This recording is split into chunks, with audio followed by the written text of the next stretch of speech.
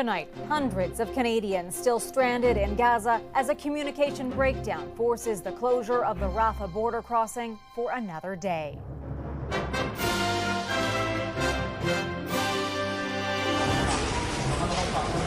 The growing uncertainty over evacuation plans. We're in a holding pattern. And increased calls to bring hostages back. We do not know where they are and if they're even alive.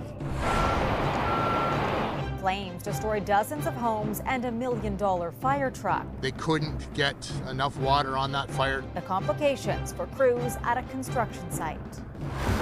Plus, taking bids on one of the world's rarest gems. At 17.6 carats, it's the largest of its kind. The blue diamond and big screen bling heading to the auction block. The kind of forbidden excitement she's always longed for.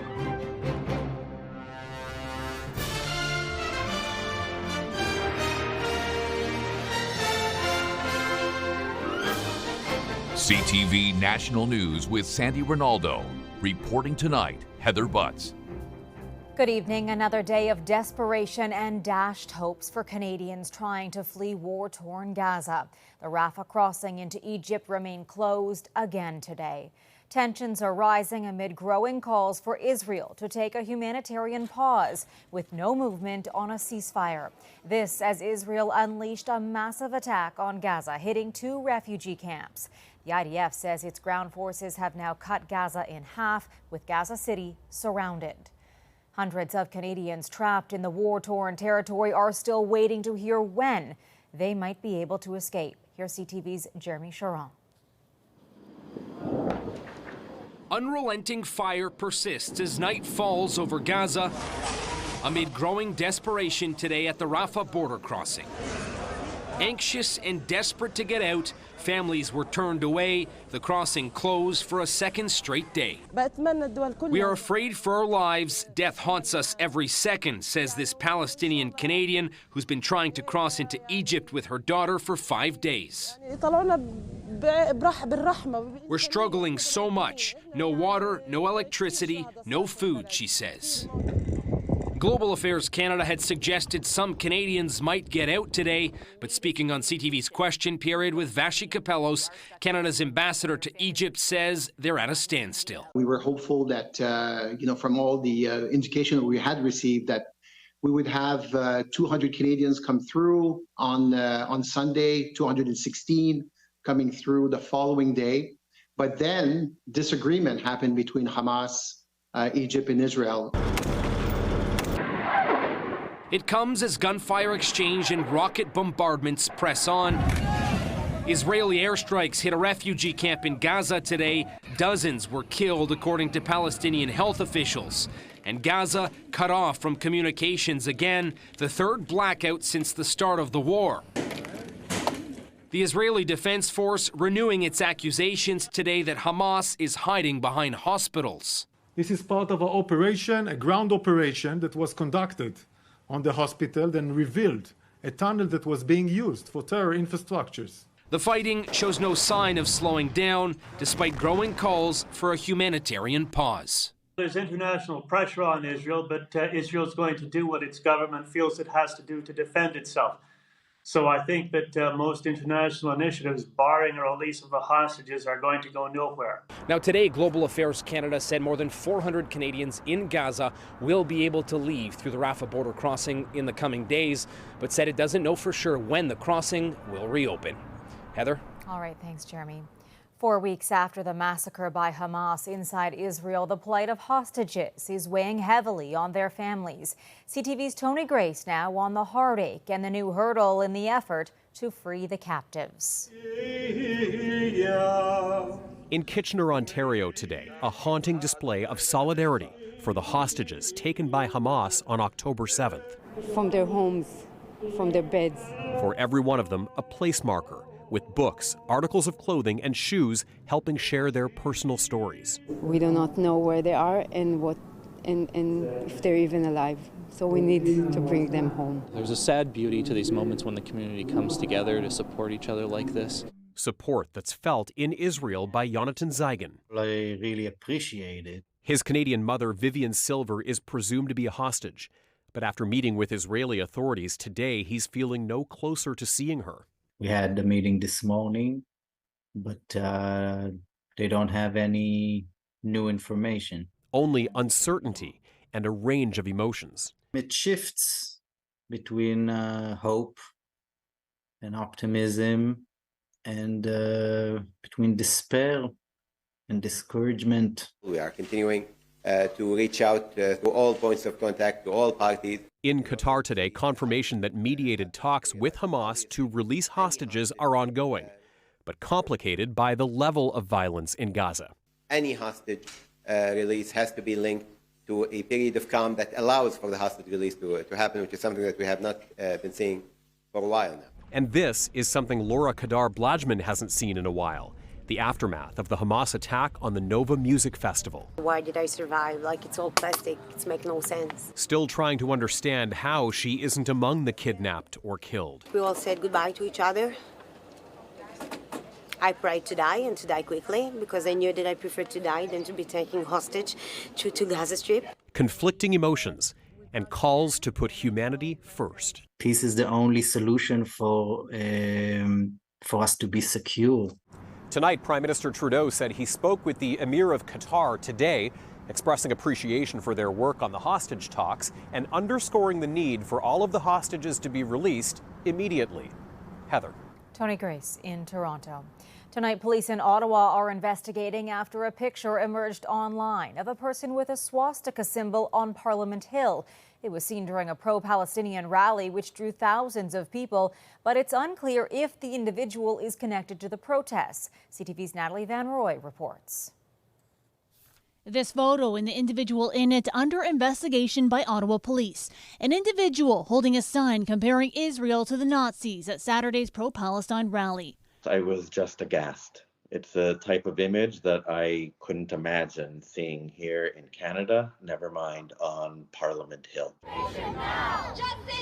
Thousands of people took part in Saturday's rally, which started at Parliament Hill and marched through the streets of the downtown area. It was one of several rallies across Canada, organized by the Palestine Youth Movement, calling for an end to the violence in Gaza. Prime Minister Justin Trudeau posting to X, the display of a swastika by an individual on Parliament Hill is unacceptable. This is an incredibly fragile time for my community. We're feeling targeted on all sides by hate and anti-Semitism. While Ottawa police confirmed they are investigating, there's been no details on a possible suspect or whether the individual is known to police.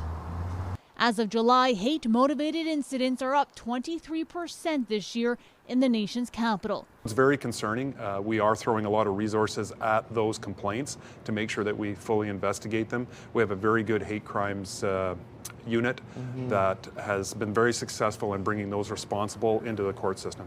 The Jewish community on edge and some living in fear. Hearing from parents who are afraid to send their children to school, afraid as to what kind of hate that they're going to receive in the playground. I'm hearing from children who are needing to hide their Jewish identity. Police have stepped up patrols around religious institutions and places of cultural significance since the start of the conflict. Natalie Van Roy, CTV News, Ottawa. While fighting to defend his own country, Ukrainian President Volodymyr Zelensky is highlighting Russia's interest in the Israel-Hamas war.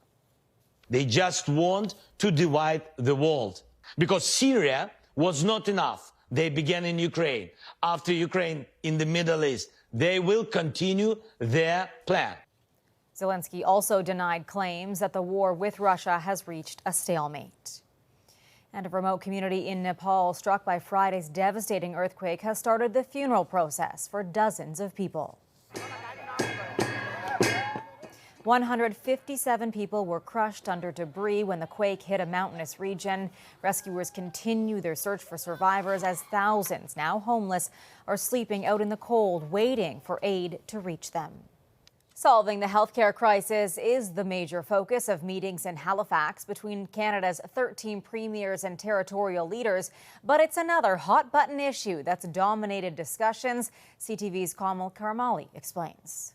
As the Premier's meeting kicked off in Halifax, the focus supposed to be primarily on health care. Just to learn from each other, to share ideas. Much of it instead revolved around the carbon tax. It comes after the Prime Minister announced a 3-year pause on carbon pricing for home heating oil and increasing the rebate for those living in rural areas. Most provinces and territories have been using a full or partial version of the federal carbon pricing system, now set at $65 per ton. That's about 14 cents per liter of gas, or just over $5 for a 40-liter fill. But those who would benefit the most from a pause on home heating oil in Atlantic Canada, where it's used in roughly 40% of all homes. Make no mistake, I think there's no one out there who will doubt that the reason this has happened, the government made the exemption an exception, is because it saw its numbers cratering in the Atlantic region. And so for that reason, this was seen as a political response to a political problem. And that has other provinces now asking, what about us? It's the only way to provide fairness for all Canadian families is for the federal government to act and to extend this pause that has been ill-conceived, I think, and very political, extend it to all Canadian families. You look at it from my province's perspective, we've already put the down payment down on clean electricity. We've paid it off for the last 50 years, right? And so we're definitely going to be asking for fairness from the federal government. Political experts calling these regional-specific policies problematic. I think this is an opportunity that's being jumped on by now Ontario, as well as Alberta and Saskatchewan in particular, and it puts some Atlantic premiers in a very difficult position. The Premier's office did not respond to CTV's request for comment, although at least one Premier Sunday defending the carbon tax. We've seen declining carbon pollution in BC since 2017, using carbon tax effectively. A Conservative motion calling for a carbon tax pause on all home heating fuels will be voted on Monday. It is non-binding, but still significant in keeping the debate very much in the public eye. Heather? Connell, thank you. Healthcare workers and teachers in Quebec are among the more than 420,000 in the public sector set to strike tomorrow. Picket lines are expected in front of hospitals and schools. Employees are calling for better pay and improved working conditions. 4 unions quickly rejected last week's offer by the government and insist they refuse to back down on salary demands. A raging fire that tore through a construction site north of Toronto has destroyed more than 20 houses. There were no injuries, but as CTV's Rahim Ladani reports, the fast-moving flames did force firefighters to abandon one of their rigs. Plumes of black smoke billowed into the air for hours as 58 firefighters battled flames at a townhouse complex in Vaughan, which caught fire early Sunday morning. The blaze engulfing around 24 homes on Simmons Street in the area of Highway 27 and Rutherford Road. None of the houses were occupied as they were still under construction, but the various stages of completion caused complications for crews. We went from stick-built construction would be all wood to fully bricked, drywalled homes, but you can't get inside them. We couldn't get inside due to the fire conditions. The blaze was quickly upgraded to a 3-alarm fire, even immersing an aerial truck that was set up to battle the flames. The firefighters manning it were unable to move it. Now the $1 million truck is destroyed. Initially it was positioned where they wanted to fight the fire, but because they couldn't get enough water on that fire to stop it from spreading, it involved the truck. Next to the construction site, a small number of occupied homes were evacuated as a precaution, and transit buses were brought in to shelter those who were displaced. The office of the fire marshal has been brought in to determine what caused the fire and if foul play is suspected. Rahim Ladani, CTV News, Toronto. Coming up, a small pest poses a big problem. It's quite sad and devastating to see. The tiny troublemaker barking up the wrong tree. Plus, a son's tribute through song at Abbey Road. It's so late.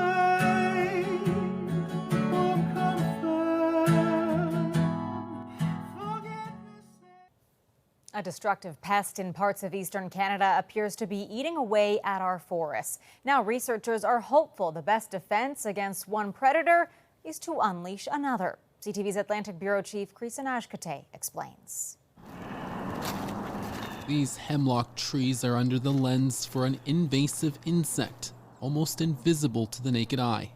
It's a bit like an aphid that you'd find in your garden, but it behaves a little differently. It feeds at the base of hemlock needles. That's how we know that HWA is present on it. Native to Eastern Asia, the hemlock woolly adelgid was first discovered in Nova Scotia more than 6 years ago, and for the first time have infested trees in the Halifax region.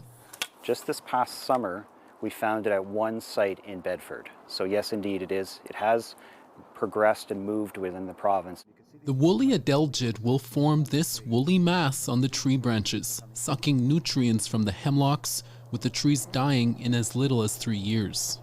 It's quite sad and devastating to see. We have some beautiful old growth hemlock forests in Nova Scotia and really in Eastern Canada. There's some amazing hemlock forests. It is our oldest tree. While pesticides can be one solution, researchers in Nova Scotia have another idea. You have to keep going back to treat those trees. So the other strategy they've used in the US is to introduce a predator which feeds on HWA, which really corrects the problem. So this is a predator. The Laricobius beetle from Canada's west coast is now being introduced to the Kejimkujik National Park through a new pilot project. It will eat any woolly adelgid, and the only concern is if it can survive the East Coast's wet and cold winters. There's so many HWA. There's millions of them feeding on hemlock right now. So these little beetles are tiny, and it was exciting to see them right away start feeding on HWA. Plans are underway to release 3,000 Laricobius beetles in various parts of the province, and results could take up to 10 years. If successful, the beetles could be used in other parts of Canada to fight off this invasive species that's here to stay. Krisa Najkate, CTV News, Halifax. Still ahead. What makes Bleu Royale so rare and special is its size. Fancy and flawless jewels a cut above the rest.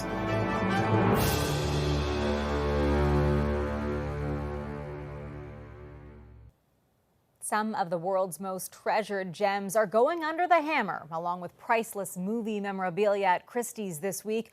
All of them glitzy and unique in their own way. But the most coveted of all is a true blue wonder of nature. CTV's Geneviève Beauchemin has the details.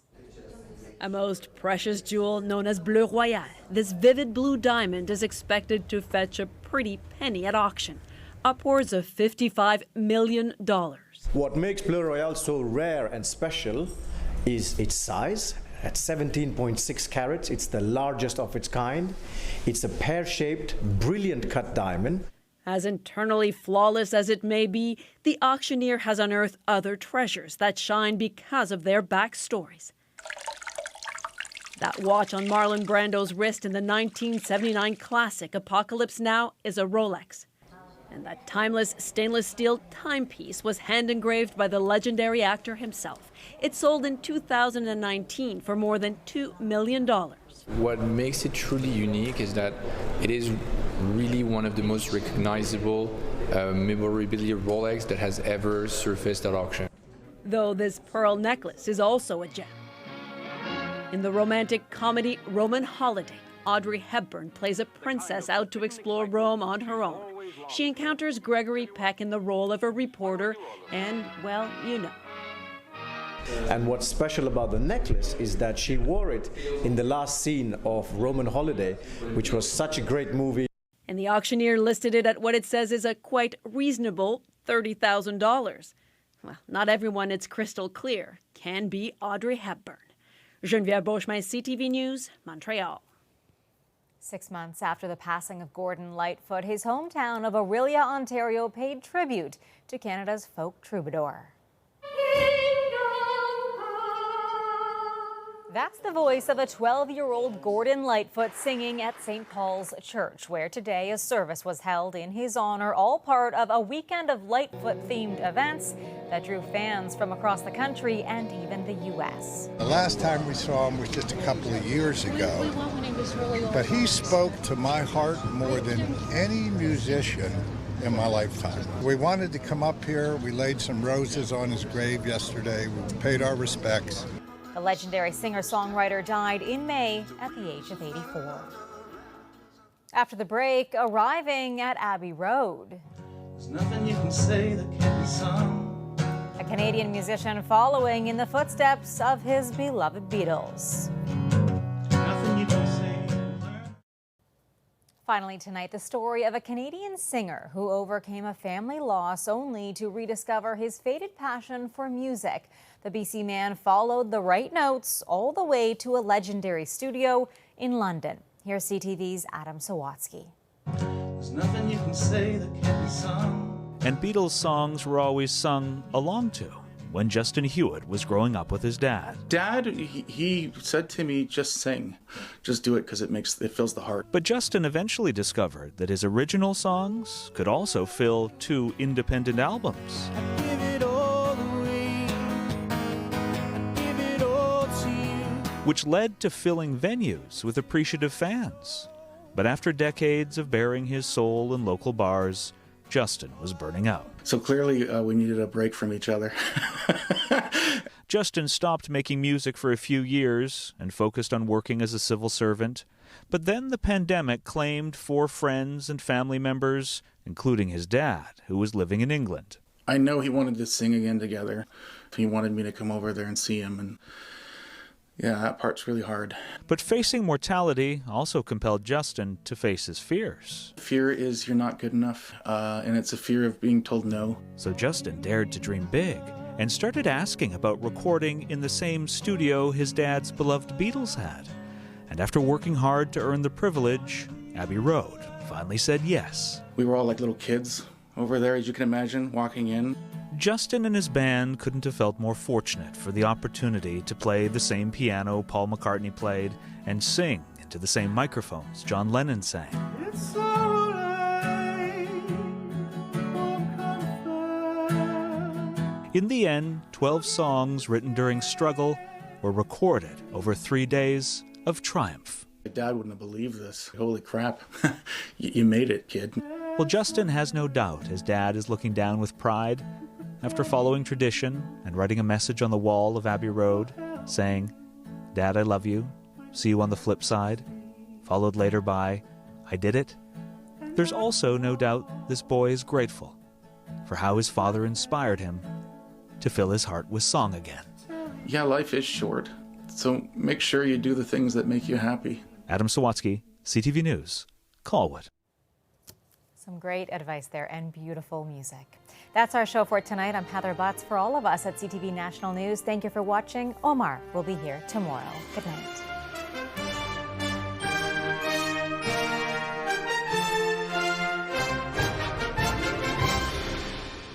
Canadians have turned to CTV National News for more than 60 years. And now there's a new national newscast at 5:30. It's more of the news you trust. More of the experience you rely on. Watch Canada's #1 national news now at 5:30 and 11.